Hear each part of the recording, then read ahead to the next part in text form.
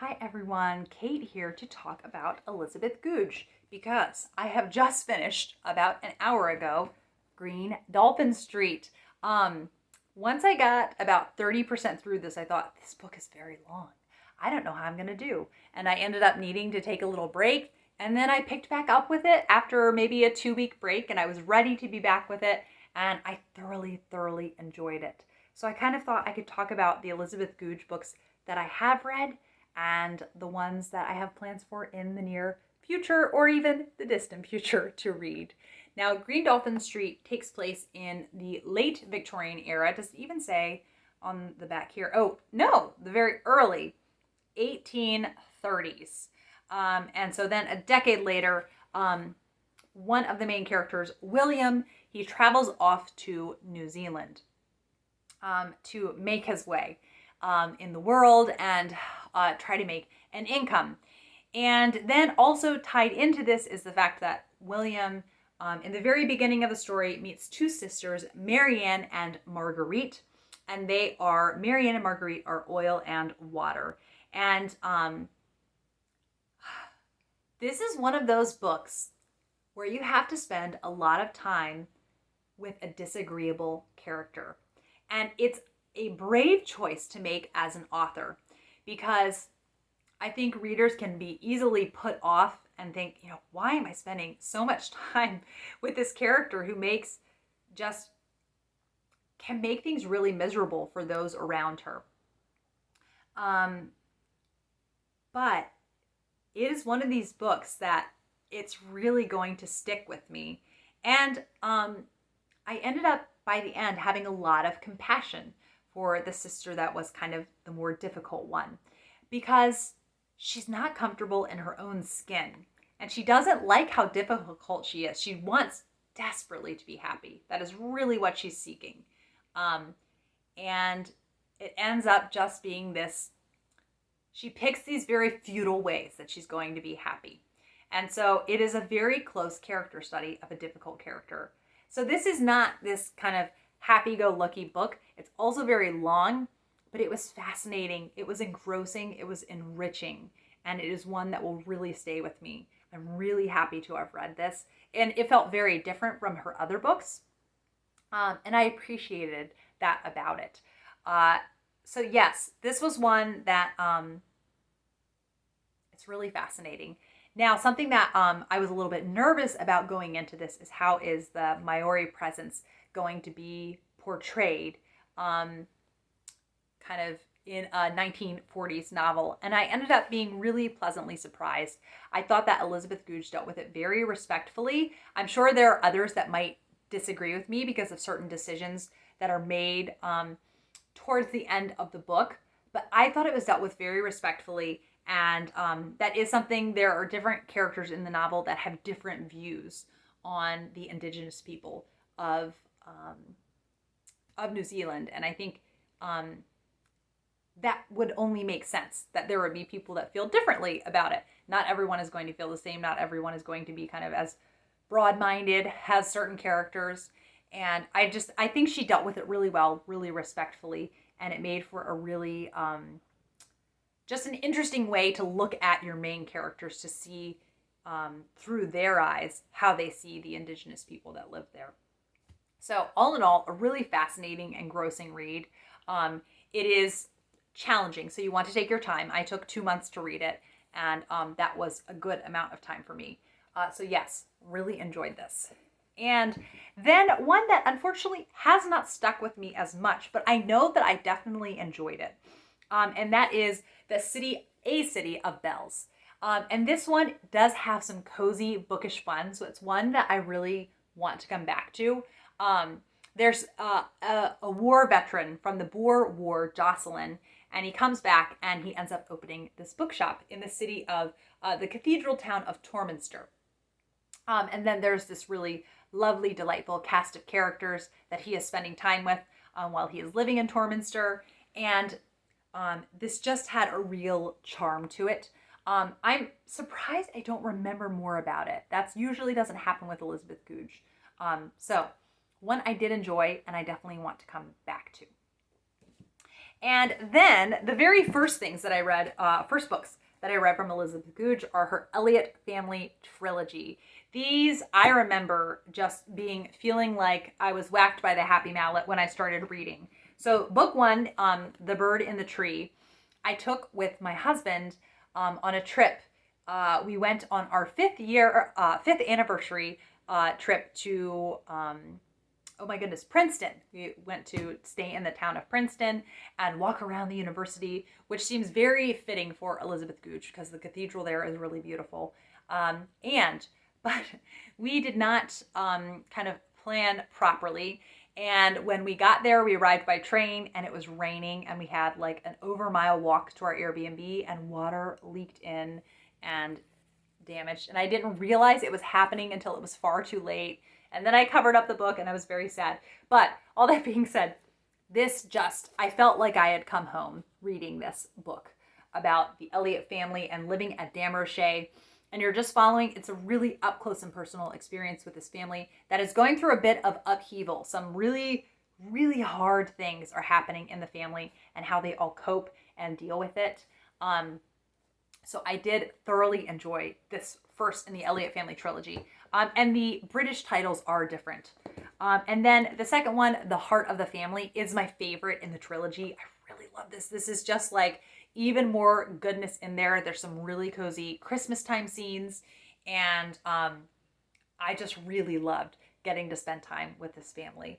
And kind of some of the hard things that were unresolved in the beginning of this are resolved. And then in this one, you get to have more kind of just sheer delight with this family.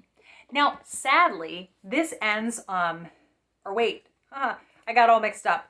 Pilgrim's Inn is the second one. This is the one that was a sheer delight.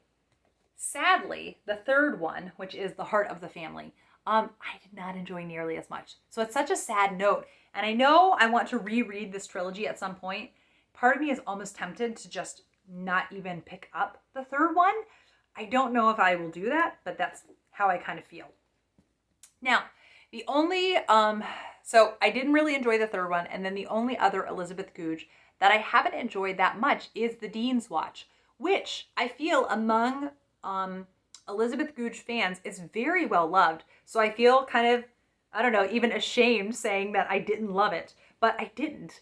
And it breaks my heart because it seems to be loved by people. And it was one of those, it's even hard to explain necessarily why I didn't love it. But have you ever read a book where you feel like, are there paragraphs missing that I'm not reading? Are there chapters? Was there a prologue that I missed? You feel kind of, I felt stupid as I was reading it. Like I wasn't in on some joke. Or not even a joke, like I just wasn't in on what was happening. It's all this very intense, in-depth examining of the characters, and I just didn't get it. I just felt really dumb while I was reading it. So it was not a positive experience for me. I don't have really any interest in going back to it since I have so many, other ones now that I would love to go back to instead. Maybe I will at some point, but I'm still working through her very big bibliography. Now, the one that I think is my favorite out of all of them is Island Magic. And this is one I don't hear spoken about as much. And I'm not sure what compelled me to have it be the next one, that I picked up. This was one that I read a couple summers ago. And I think she has a real power in her shorter books. That this is just such a gem, that so much goodness is packed into such a short little book. And it is about, what is the last name of the family? The Dufrocks. And they live on this little island. And it's their life on the island. It's very interpersonal, getting to know the different personalities of the children. It just has such a sense of place where the island is very much a character.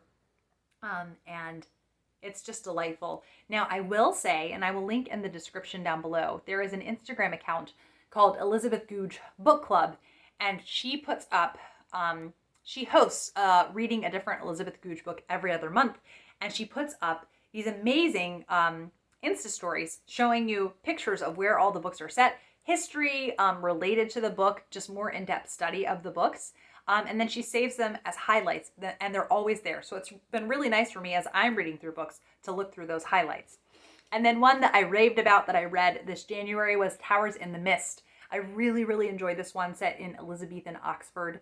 And it's fun because one of the traditions where they sing on top of, I can't remember the name of the tower, every May Day still happens to this day. And it's cool too because if you've seen the movie Shadowlands with Anthony Hopkins, it's featured in that movie. So definitely a tradition that is still around, which I love. And this is very much like if you love academia novels.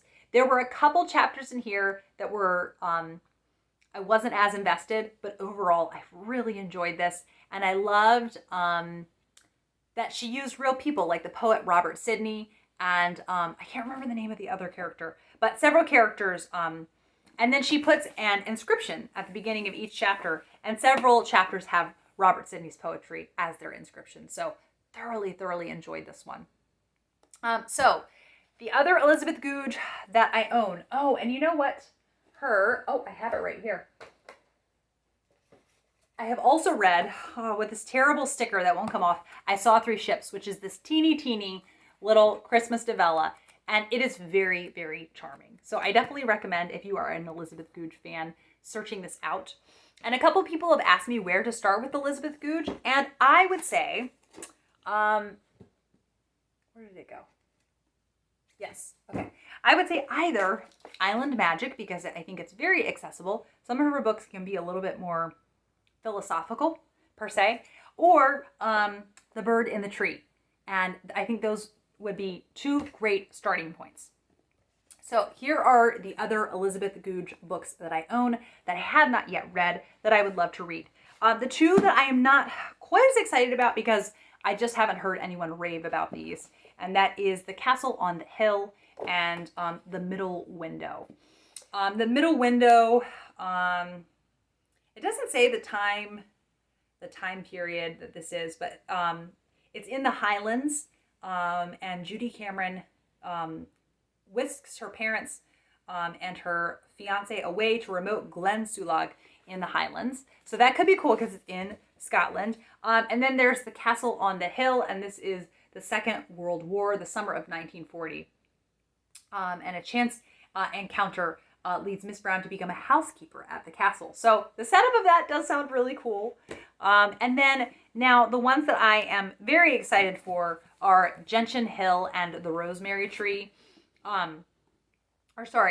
The White Witch and Gentian Hill. The White Witch, I've heard actually this can be a fun one to read around Halloween, and it's set in rural Oxfordshire, which sounds so lovely.